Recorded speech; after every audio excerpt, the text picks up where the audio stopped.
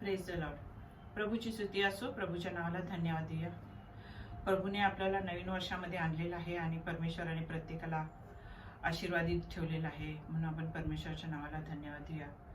नवीन वर्षामध्ये आपण बरेच संकल्प करतो नाही का, की नवीन वर्ष आलं की आपण चांगल्या गोष्टी करू, वाईट सवयी आपल्या ज्या असतील ते आपण सोडून देऊ, किंवा आपण चांगलं आरोग्यदायी जीवन जगू, किंवा आपण पुष्कळ जण म्हणतात की आपलं वजन कमी करायचं आहे तर वजन कमी करूया, किंवा आपण खर्च कमी करून अधिक बचत करूया.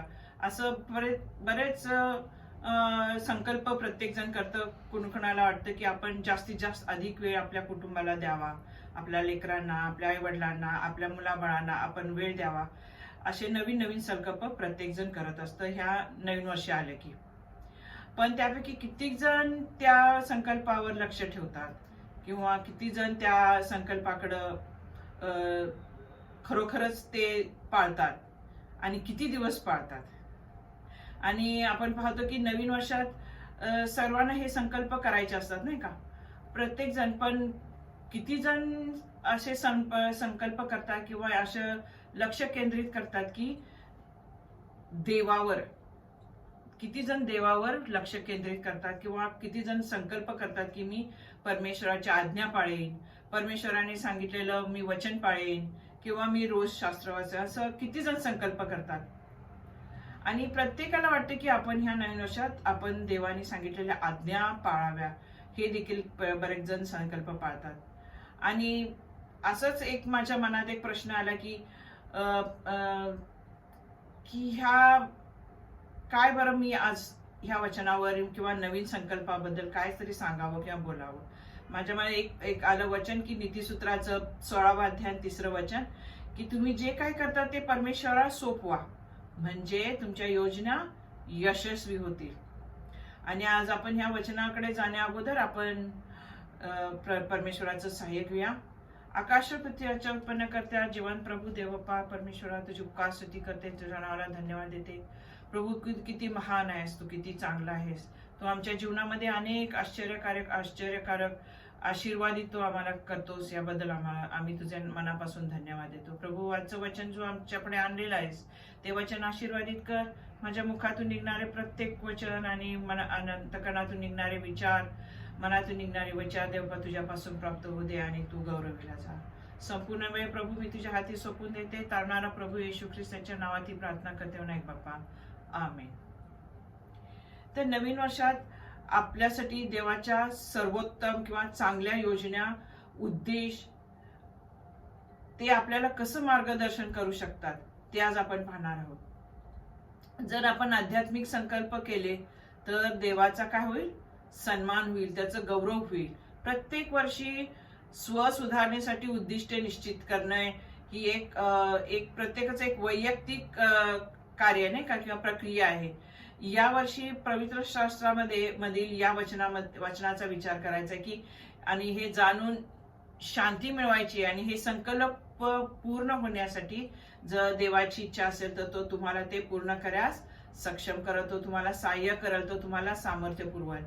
आणि आपण जेव्हा संकल्प करतो कोणतेही असो तर ते आपल्या बुद्धिमत्तेद्वारे आपण इतरांना शिकवायला पाहिजे, किंवा आपण इतरांना सांगितलं पाहिजे, किंवा आपण ते केले पाहिजे. ज्ञान हे परमेश्वरापासून आपल्याला प्राप्त आहे नाही का, कारण परमेश्वर काय आहे, ज्ञानाचा उगम आहे. आणि 2 तिमोथी 2रा अध्याय आणि 23 ते 24 मध्ये असं लिहिलेलं आहे की, मूर्ख अज्ञानी वादाशी काहीही संबंध ठेवू नका. तुम्हाला माहित आहे की ते भांडण करतात, आणि प्रभूचा सेवक भांडणारा नसावा, परंतु सर्वांशी दयाळू, शिकवण्यास सक्षम, धीराने वाईट सहन करणारा, सौम्यतेने त्याच्या विरोधकांना सुधारणारा असावा. तर याद्वारे आपण इतरांना ह्या वर्षामध्ये काय केलं पाहिजे, इतरांना ज्ञानाद्वारे, परमेश्वराने जे आपल्याला ज्ञान दिलं त्याच्याद्वारे आपण इतरांना शिकवायचं आहे आणि त्यांच्यामध्ये सुधारणा करायची आहे. दुसरं म्हणजे ह्या सगळ्या गोष्टीसाठी आपल्याला मार्गदर्शनासाठी आपल्याला प्रार्थना करायची आहे. याकोबाचा अध्याय 1 अध्याय 5 वचन असं म्हणते की, प्रभू तुमच्यामध्ये कोणाकडे शहाणपणाची कमतरता असेल तर त्याने देवाकडे मागावे, जो निंदा न करता सर्वांना उदारतेने देतो आणि ते त्याला दिले जाईल. आपल्याला मार्गदर्शन साठी आपण प्रार्थना करायची आहे आणि ते काय करायचे आहे, जर कुणाला शहाणपणाची कमतरता असेल तर त्याने देवाकडे मागावे. आणि ह्या नवीन वर्षामध्ये आपण देवाकडे मागायचं आहे की मला मार्गदर्शन कर, आणि तो आपल्याला दिल्याशिवाय उदारतेने देव देणार आहे आणि ते आपल्याला दिले जाणार आहे. आणि ह्या वर्षामध्ये आपण काय केलं पाहिजे, इतरांना क्षमा केली पाहिजे. काय केले पाहिजे, ज्यांनी तुम्हाला दुखावले त्यांना तुम्ही आणि मी क्षमा केली पाहिजे. आपण हे नवीन संकल्प करत आहोत. आपल्या ज्ञानाने आपण इतरांना शिकवायचं आहे किंवा परमेश्वराने जे आपल्याला ज्ञान दिलेलं आहे त्याद्वारे इतरांना शिकवायचं आहे. इतरांना मार्गदर्शन करण्यासाठी आपण प्रार्थना केली पाहिजे. आणि ज्यांनी आपल्याला दुखावलेले आहे त्यांना काय केली पाहिजे, आपण क्षमा केली पाहिजे. एकमेकाचं सहन करा आणि तुमच्या कित्येक एकमेकाविरुद्ध जे काही तक्रारी असतील त्या क्षमा करा. प्रभूने तुम्हाला क्षमा केली म्हणून तुम्ही इतरांना देखील क्षमा करा. आपण पाहू शकतो कलसीकराच्या पत्रामध्ये 3 अध्याय आणि 13व्या वचनामध्ये लिहिलेलं आहे. स्वतःची आपण काळजी घेतली पाहिजे ह्या नवीन वर्षात. आणि याबद्दल काय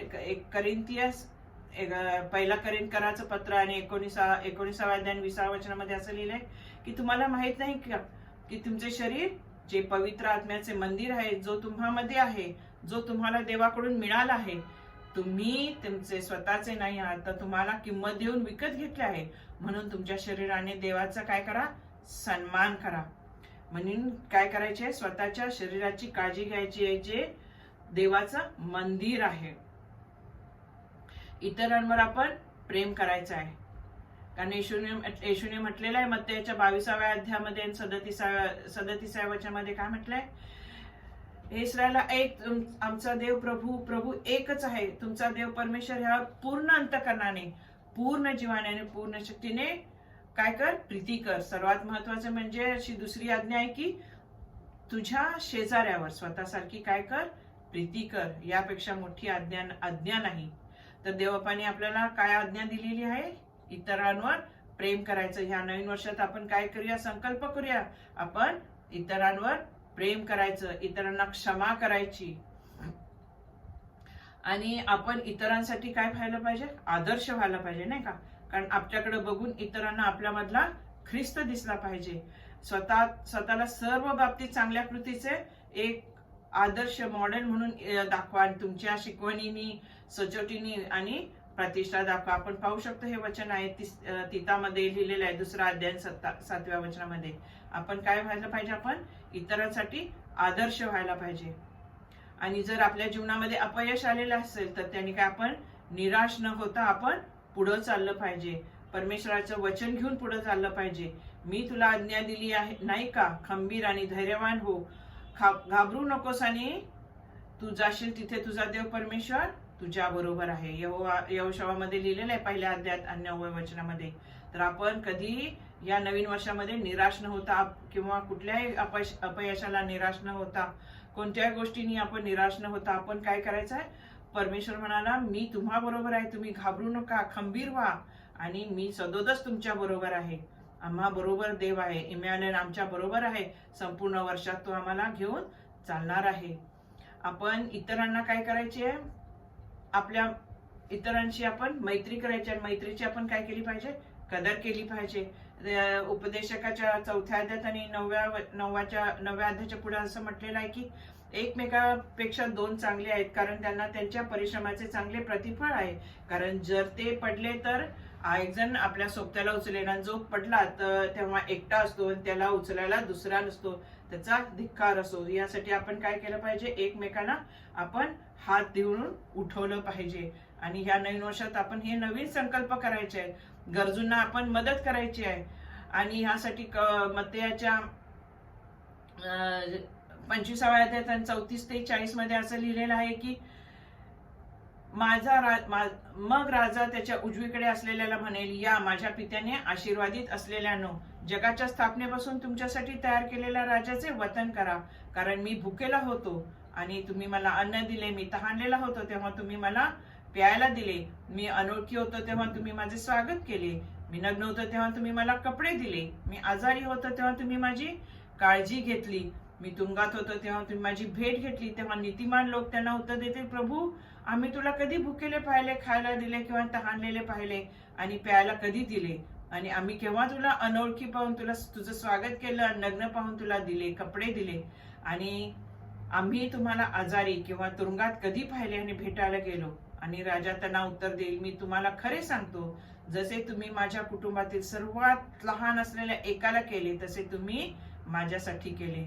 यासाठी काय करायला पाहिजे? आपण ह्या वर्षात आपण संकल्प करूया की आपण एकमेकांसाठी मदत केली पाहिजे. गरजूंची आपण मदत केली पाहिजे. आपण आणि शेवटची आपण अजून एक आहे की आपण एकमेकांसाठी प्रार्थना केली पाहिजे. न थांबता आपण प्रार्थना केली पाहिजे. आपण प्रार्थनेमध्ये आपण सर्वांना उचलून धरलं पाहिजे. 1 थेसलोनिकराचं पहिलं पत्र आणि 5 अध्याय 17 वचन म्हटलेलं आहे, एकमेकांसाठी प्रार्थना करा, निरंतर प्रार्थना करा. आणि यासाठी देवाच्या जे संकल्प आहेत त्यानुसार आपण ह्यावर नवीन वर्षात आपण जगायचं आहे आणि चालायचं आहे.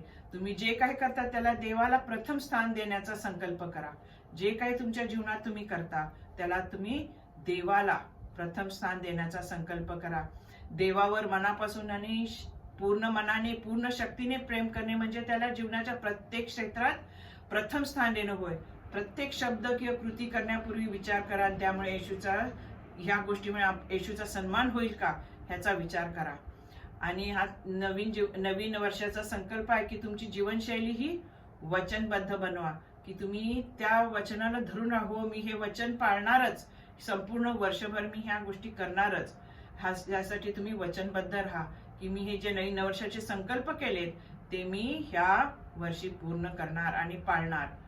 देवाच्या अभिवचनांनी काय केलं पाहिजे? आपल्या दिवसाची सुरुवात देखील केली पाहिजे. देवाची इच्छा पूर्ण करण्यासाठी तुम्हाला आणि देवाच्या वचनाची आवश्यकता आहे, तुम्हाला आणि मला सर्वांना. आणि पवित्र शास्त्र म्हणतं देवाचा उपदेश जो पवित्र शास्त्र आहे त्याच्यावर आपण पूर्णपणे विसंबून असलं पाहिजे. देवाचं वचन जिवंत आणि सक्रिय आहे. कोणत्याही दुधारी तलवारीपेक्षा तीक्ष्ण आणि आत्मरज्जू, सांधे, मज्जा यांना विभागणीला छेद देणारे आहेत आणि अंतःकरणाचे विचार आणि हेतू ओळखणारे आहेत. आपण पाहू शकतो इब्रिकराच्या 4 अध्यायात आणि 12 वचनामध्ये लिहिलेलं आहे. यासाठी आपण काय केलं पाहिजे? देवाचं वचनाने आपल्या दिवसाची सुरुवात केली पाहिजे. जर तुम्ही ऐकाल तर देव त्याच्या वचनाद्वारे तुमच्याशी बोलल. कुणाचं ऐकायचंय? आपण देवाचं. जर तुम्ही ऐकाल तर देव त्याच्या वचनाद्वारे तुमच्याशी बोलल. त्यामुळे त्याच्या वचनात त्याला भेटण्यासाठी प्रत्येक दिवसाच्या सुरुवातीला वेळ काढून ठेवा. बायबलचा किंवा पवित्र शास्त्राचा चांगला अभ्यास करा. पवित्र शास्त्र वचनासाठी एक योजना बनवा. पवित्र शास्त्र वाचनासाठी एक योजना बनवा. मग पवित्र शास्त्र वर्षभर आपण कसं वाचायला पाहिजे आणि त्याला दिवसातून 1 अध्याय किंवा किती आपल्याला वाटेल तितके अध्याय तुम्ही वाचू शकता आणि वेळ काढू शकता, कारण देवाचे वचन तुमचं जीवन बदलणार आहे. आणि आपल्या दिवसाची सुरुवात कशाने केली पाहिजे? देवाच्या वचनाने. देवाच्या उपस्थितीत आपण दिवसभर चाललं पाहिजे. जेव्हा आम्हाला आव्हानांचा दिवसभर सामना करायचा असतो तेव्हा त्याबद्दल आपण प्रार्थना केली पाहिजे. आणि काही निर्णय घ्यायचे असतील तर त्याबद्दल आपण प्रार्थना करून परमेश्वराला, आपल्या देवाला, आपल्या जीवन देवाला विचारलं पाहिजे. जेव्हा देव तुम्हाला आशीर्वाद देतो तेव्हा त्याचे आभार देखील मानले पाहिजे. मग त्याच्यासोबत राहण्यासाठी दिवसभर विशिष्ट वेळ काढूया. आणि स्तोत्रकर्त्याने लिहिलेलं आहे, संध्याकाळी, सकाळी, दुपारच्या वेळी प्रार्थना केली. आपण पाहू शकतो स्तोत्र संहिता 55 अध्यायात 17 वचनात. तेव्हापासून आज यहुदी लोकांनी दिवसातून 3 वेळा प्रार्थना करण्याची आणि उपासनेसाठी वेळ बाजूला ठेवला आहे. आणि आपणही तसंच केलं पाहिजे. आणि त्या ठिकाणी या स्तोत्र संहितामध्ये जेव्हा स्तोत्रकर्ता लिहितो हा 3 वेळा त्यांनी प्रार्थना केलेली आहे. आणि म्हणून आजदायक यहुदी लोक देखील 3 वेळा प्रार्थना करतात आणि तो वेळ त्यांनी बाजूला ठेवला पाहिजे. आणि आपण देखील परमेश्वरासाठी ज्यावेळी आपल्याला संधी मिळेल दिवसात त्यावेळी आपण परमेश्वराच्या सानिध्यात जाऊन परमेश्वराचे प्रार्थना केली पाहिजे, त्याचे आभार मानले पाहिजे. आणि आपल्या दिवसाची जो शेवट आहे, जेव्हा आपण विश्रांती घ्यायच्या वेळी काय करतो, आपण आपला जेव्हा दिवस संपतो तेव्हा आपल्या मागे वळून जर आपण पाहिलं आजच्या दिवसामध्ये, तर त्यामध्ये आपण कितीतरी अशा गोष्टी आहेत की देवबापाचे आपण आभार मानले पाहिजेत. आपण विश्रांतीच्या वेळी आपण काय केले पाहिजे, परमेश्वराचे आभार मानले पाहिजे. आपण ओळखत असलेल्या कोणत्याही पापांसाठी त्याची क्षमा मागितली पाहिजे. आपण दिवसभराकडून कळत नकळत झालेल्या अपराधांची, पापांची आपण क्षमा मागितली पाहिजे. संध्याकाळी आणि येणाऱ्या दिवसासाठी स्वतःला त्याच्याकडे सोपवा. आपण स्वतःला त्याच्याकडे सोपवलं पाहिजे. आणि तुमच्या आणि माझा जो पिता आहे, जो जिवंत देव आहे, त्या दिवसाची जशी तिच्या पित्यासोबत आपल्या दिवसाची जशी सुरुवात केलेली आहे, तसंच आपण दिवसाची शेवट देखील करायचा आहे. कारण तुम्ही त्याला शरण जाल तर त्या सर्वांना तो आशीर्वाद देईल. जेव्हा आपण त्याला शरण जातो तेव्हा तो काय करतो, आपल्याला आशीर्वाद देतो. प्रेषिताच्या कृत्याचा 20वा अध्याय आणि 32 मध्ये लिहिलंय की आता तुम्हास देवाच्या वचनाच्या कृपेच्या अधीन करतो, जी तुमची प्रगती करण्याची समर्थ आहे आणि सर्वांनी पवित्र वतन घ्यायला समर्थ आहे. आणि स्वतःला आपण वचनामध्ये आपण बांधलं पाहिजे स्वतःला. जर आपण आध्यात्मिक संकल्प केले तर देवाचा सन्मान होईल. आपण काय केलं पाहिजे, आध्यात्मिक संकल्प केले. आपण जगिक सगळ्या गोष्टीचे संकल्प करतो नाही का, मी हे करीन, मी ते करीन, मी असं करीन. पण आपण काय केले, आध्यात्मिक संकल्प केले पाहिजेत आणि त्याद्वारे देवाचा सन्मान देखील होईल. आपण नवीन वर्षाच्या संकल्पासाठी देव तुम्हाला आणि मला सर्वांना, जे ऐकणारे आहेत त्या सर्वांना काय देईल, आशीर्वादित करू. धन्यवाद.